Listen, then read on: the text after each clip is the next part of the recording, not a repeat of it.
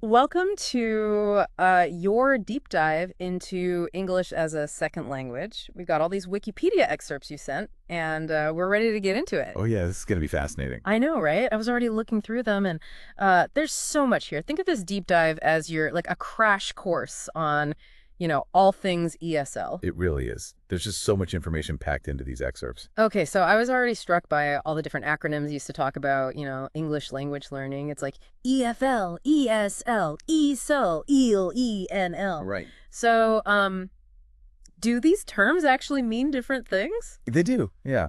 And a lot of times people use them interchangeably, but understanding the subtle distinctions can give us like a deeper understanding of this whole field, you know? Yeah, yeah. Like take EFL, for instance. English as a foreign language. That's typically used when English is being taught in a country where it's not an official language. Yeah. So, imagine someone learning English in like China or Brazil. Right. They're learning it to, engage with English content, potentially use it for travel or international communication. Yeah. But it's not part of their daily life in the same way. Okay, that makes sense. Yeah. So then ESL would apply more to situations where English has a more official presence, but maybe not as like the main language. Exactly. Think of countries like India or Nigeria where English is an official language used in government education media, but it exists alongside all these other languages spoken by, a majority of the population. Okay. I'm starting to see the nuances. Yeah. So ESOL, which I see is used in the UK, and Ireland just kind of lumps all of that together under English for speakers of other languages. Precisely. It's like a broader umbrella term Okay. that encompasses both EFL and ESL situations. Gotcha. Yeah. I'm noticing how even the terminology reflects different perspectives on English's role globally. I've also noticed a shift toward terms like ELL, English language learner, or EL, English learner. Yeah. That's a really important evolution in the field. Yeah. There's this growing awareness that terms like ESL can unintentionally imply like a secondary status to English, which isn't accurate or respectful to learners' diverse, backgrounds. Right. So using these more learner-centric terms like ELL, it really puts the focus on the individual and their journey with the language. Okay, that makes a lot of sense. Yeah. It feels much more inclusive, recognizing that English is just one of many languages a person might speak. But let's get to the nitty-gritty, the actual challenges of learning English. It's got a reputation for being a tricky language to master. Oh, it definitely presents some unique hurdles. Right. For a long time, people assumed that learners' difficulty stemmed primarily from how different their native language was from English. Right. This was the basis of the contrastive analysis approach, but more recent research shows it's not always that straightforward. So it's not just about comparing languages side by side. Right. What are some of the other factors? Well, English has a few quirks that can trip up even the most dedicated learner. Take pronunciation, for example. The "ate" sounds, those interdental fricatives, as linguists call them. Right. Those are notoriously difficult for a lot of learners to master. Yeah. They just don't exist in many other languages. That's true. And I remember reading about Japanese speakers struggling with the L and R sounds. Oh, yeah. Apparently, there have been some pretty funny product packaging mishaps because of that confusion. Yeah, those anecdotes are a great reminder of how these seemingly small pronunciation differences can have real-world consequences. Totally. And it's not just pronunciation. English grammar can feel like a minefield of complexities. Oh, yeah.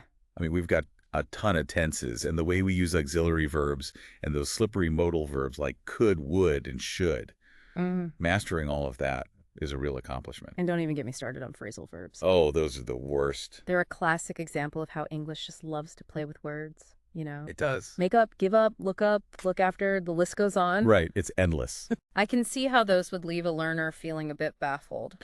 Totally. And then there's the prepositions. They can be incredibly idiomatic and change their meaning depending on the context. Oh, tell me about it. Even figuring out when to use in, on, or at can feel like a guessing game. Oh, yeah, for sure. And don't forget the articles. Oh, yeah. A and the, or no article at all. Right. It's enough to make anyone's head spin. And then there are those silent letters, too. Yeah. Words like Q kernel or Wednesday. Oh, yeah. Those must seem completely illogical to someone whose native language has a closer relationship between spelling and pronunciation. It's true. English has definitely developed in ways that create challenges for those learning it later in life. Right. But it's not all doom and gloom. Learning English also opens a lot of doors. That's a great point. Yeah. I'm curious, what are some of the specific benefits that the research highlights? Well, one of the most significant is access to a vast amount of information and resources. English has become the dominant language in so many fields, from science and technology to business and media. Right. Knowing English allows you to tap into this global network of knowledge and connect with people from all over the world. It's like having a key to unlock a whole universe of content. Yeah. But the sources also mention something called world Englishes. What exactly does that mean? That's a fascinating concept. Yeah. It recognizes the diversity of English spoken around the globe. Okay. Linguist Braj Khatru developed a model to describe this diversity, categorizing English-speaking regions into 3 circles. Okay, tell me more. Okay, so the inner circle represents countries where English is the native language, Right. like the US, UK, Canada, Australia. Gotcha. Then you have the outer circle, which includes countries where English is an official language, but not necessarily the majority first language. Right. Places like India, Nigeria, Singapore. Mm-hmm. And finally, there's the expanding circle, which encompasses countries where English is primarily learned as a foreign language, like China, Brazil, and a lot of European countries. So within each of these circles, English kind of evolves and adapts, taking on unique characteristics. Exactly, and that must have a huge impact on teaching and learning. Absolutely. For example, someone teaching English in China might use different materials and approaches than someone teaching in India. Right. And learners from different circles might bring their own unique perspectives and challenges to the classroom. It's like each circle has its own distinct English ecosystem. Yeah. So how does this model of world Englishes play out in practical terms? For instance, should ESL programs incorporate non-standard forms of English, like African American English, to reflect the real world linguistic landscape that learners will encounter? That's a big question that educators are grappling with. Yeah. It raises important considerations about how to best prepare learners for the diversity of English they'll encounter. Yeah, I can see both sides of the argument. Yeah. On one hand, focusing on a standardized form of English provides a solid foundation, especially for academic and professional settings. Right. But on the other hand, excluding those other variations could lead to misunderstandings and even reinforce biases. It's definitely a balancing act. Yeah. And it highlights the importance of being aware of these different Englishes and how they shape the way we communicate. So it's not enough to just learn the rules of grammar and build up a vocabulary. Learners also need to understand the social and cultural contexts in which English is used, and be prepared to encounter a variety of accents and dialects. Exactly. It's about developing a more nuanced and flexible understanding of English as a global language. Right. And that can make learning even more exciting. I'm starting to see that. It's like the more you learn about English, the more you realize there is to learn. Right. It's not just a single language. It's a whole collection of interconnected languages with their own histories, cultures, and quirks. And that's what makes it so fascinating to study. Speaking of fascinating, the sources you provided delve into some of the social and academic challenges that ESL learners often face. Yes. Are you ready to explore those aspects? Absolutely. I'm ready to dive deeper into those real-world experiences and see what insights we can uncover from the research. Okay, let's do it. So before we move on to the challenges ESL learners face, I want to circle back to something you mentioned earlier, those silent letters that make English spelling so tricky. Oh, yeah, those are tough. Words like night, where the spelling just has no relation to how it sounds. Yeah. It's definitely one of those quirks of the English language that can be a major stumbling block. It's no wonder pronunciation is such a big challenge for so many ESL learners. Absolutely. Yeah. And it's something that requires a lot of explicit instruction and practice. But speaking of challenges, you mentioned wanting to explore those social and academic hurdles that ESL learners face. Right. We talked about some of the linguistic challenges, but I want to talk about the bigger picture. What social and academic barriers do they encounter? Well, one area that the research highlights is the impact of tracking and ability grouping in schools. Okay, so ESL students might end up being grouped together based on their English level. Exactly. Yeah. And while the intention might be to, provide support, Right. it can unintentionally create this system where they're kind of segregated from their native English-speaking peers. I can see how that could be a self-fulfilling prophecy. Yeah. If you're constantly being told that you're not as capable because of your English skills, it can be hard to break free from that. Exactly. And it highlights the need for schools to be really mindful about how they group students and make sure that ESL learners have access to challenging work. Yeah, absolutely. It's about creating that inclusive environment where all students feel valued. Hmm. I imagine standardized tests are a big hurdle for ESL learners. You're right. Standardized tests like the SAT or ACT, Yeah. they often play a big role in college admissions, but they can be really challenging for ESL learners who may not have had the same opportunities as their native English-speaking peers. It's like a catch-22. Yeah. You need English to do well on the tests, but you might not have had access to the same quality education to develop those skills. It's a complex issue for sure, and it raises questions about fairness in the system. Right. It's about recognizing that learners take different pathways and Right. providing different ways for them to show what they know. Yeah. But even beyond standardized tests, I imagine just navigating those day-to-day interactions in school can be tough. Oh, absolutely. Think about all those little social cues, Yeah. the idioms, the cultural references in everyday conversations. It must be overwhelming. It is. It's like learning a whole new set of social rules at the same time you're trying to learn a new language. Right, and all that social and academic pressure can contribute to those higher dropout rates. That's a shame. But the research also talks about the benefits of ESL programs, right? Definitely. Well-designed programs provide a supportive and welcoming space for learners to grow and build confidence. Right. They can connect with others who are going through the same thing. That's so important. Learning a language is about so much more than just grammar. Absolutely. Yeah. And ESL programs can foster those connections, Yeah. both in the classroom and beyond. It's like building a bridge between cultures. I love that. Yeah. But let's shift gears a bit and talk about professional and technical communication. Okay, so we're talking about the challenges that ESL learners face when they go into specialized fields. Exactly. And it's not just about mastering all that technical jargon. Right. It's about navigating those unspoken rules of professional communication. The research mentions that a lot of technical textbooks assume a level of familiarity with English that ESL learners just don't have. It's like being thrown in the deep end. Right. And it can be really daunting when you're already trying to prove yourself. It creates that us versus them mentality, which is exactly what we don't want. It's about recognizing that different backgrounds can be a strength. I completely agree. And that's where creating those inclusive environments is so important. Providing the support, recognizing that ESL learners might need more time. So what are some specific ways to provide that support? Well, access to quality translation services is crucial. But even then, they don't always capture all the nuances. Right. It's not just about word-for-word translation. Exactly. And that's where specialized training comes in. It's about helping them develop those specific skills, understanding different genres like reports, manuals, presentations. It sounds like a really targeted approach. It is. And one strategy that's shown a lot of promise is peer tutoring. Oh, that's interesting. I've heard about that in general education, but I'm curious how it works for ESL learners. One common approach is to pair a low-achieving English reader with an ESL learner at a similar grade level. So it's reciprocal. They both benefit. Exactly. And research has shown that it can be incredibly effective. I love that. It's a win-win. It is. But let's be realistic. Sometimes learners need more formalized assessments, for things like higher education or immigration. Right. That brings us to English proficiency exams. Yes.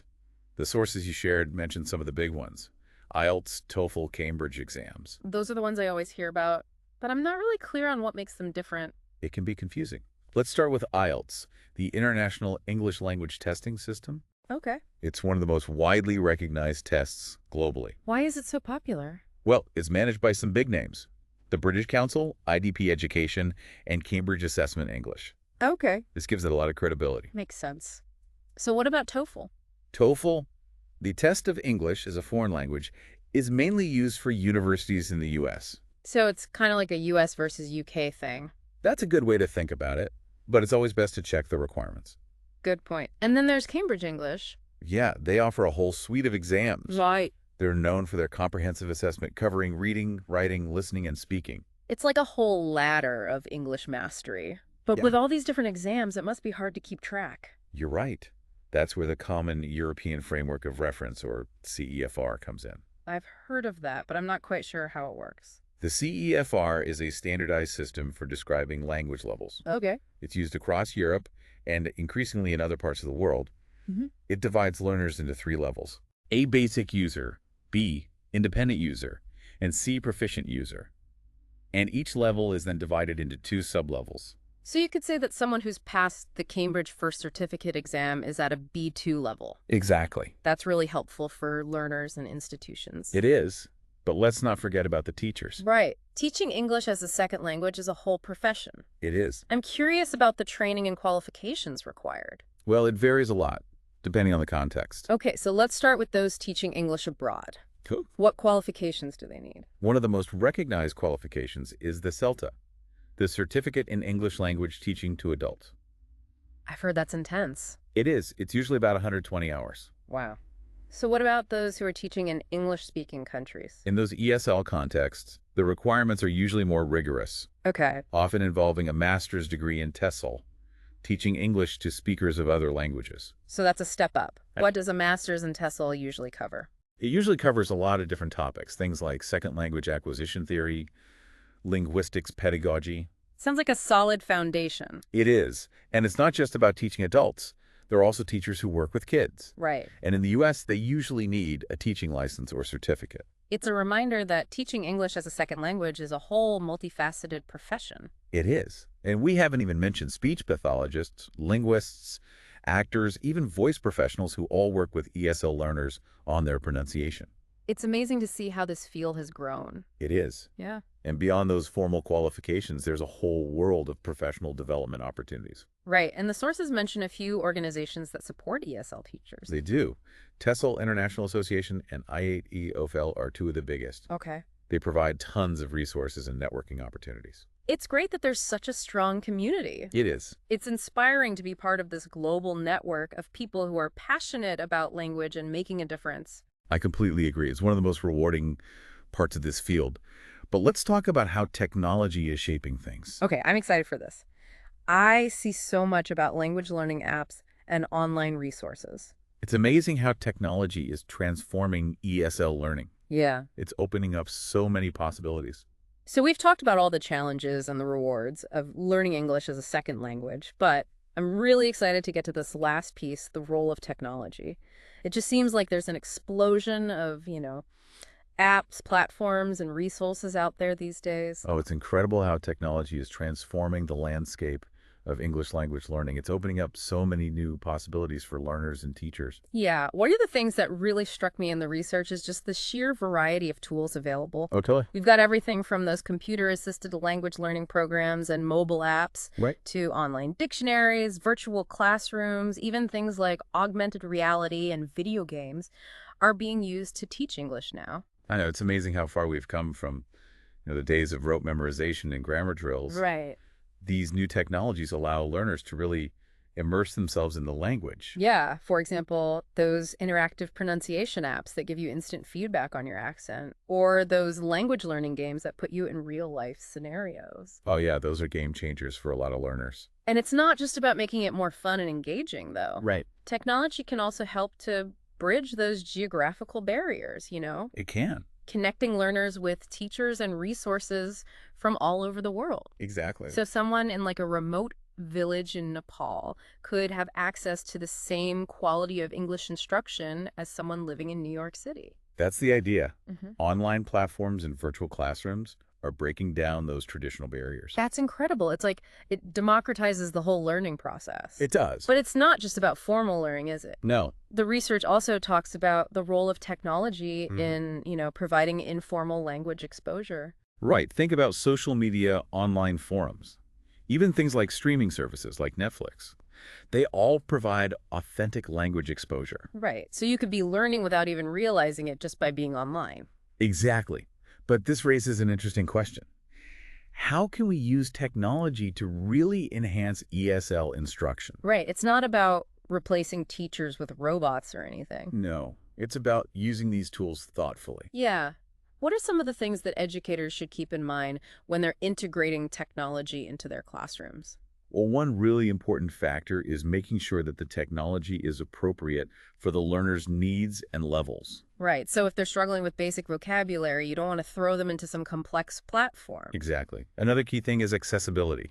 Yeah. Not everyone has equal access to technology. Right. So we need to choose tools that are affordable and easy to use. That's a really important point. And at the end of the day, technology is just a tool, right? It is. It's the teacher who plays the most crucial role. Couldn't agree more. So technology can enhance and amplify the teacher's role, but it can't replace that human connection. Absolutely. And I think that's a great takeaway from our whole deep dive into English as a second language. Yeah, I agree. We've talked about so much, the complexities of English pronunciation, the social and academic challenges, different teaching approaches, the importance of inclusivity, the exciting possibilities of technology. It's been quite a journey. It really has. But before we wrap up, what's that one key message you want to leave our listener with?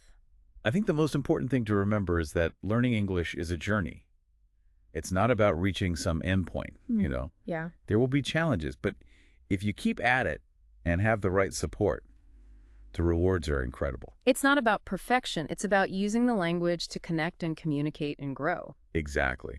And who knows, maybe someday you'll be sharing your own story in English, inspiring others to start their own language learning adventures. That's a beautiful thought. Thank you so much for sharing your expertise with us. It's been a pleasure exploring the world of ESL with you. The pleasure was all mine. And to our listener, happy learning.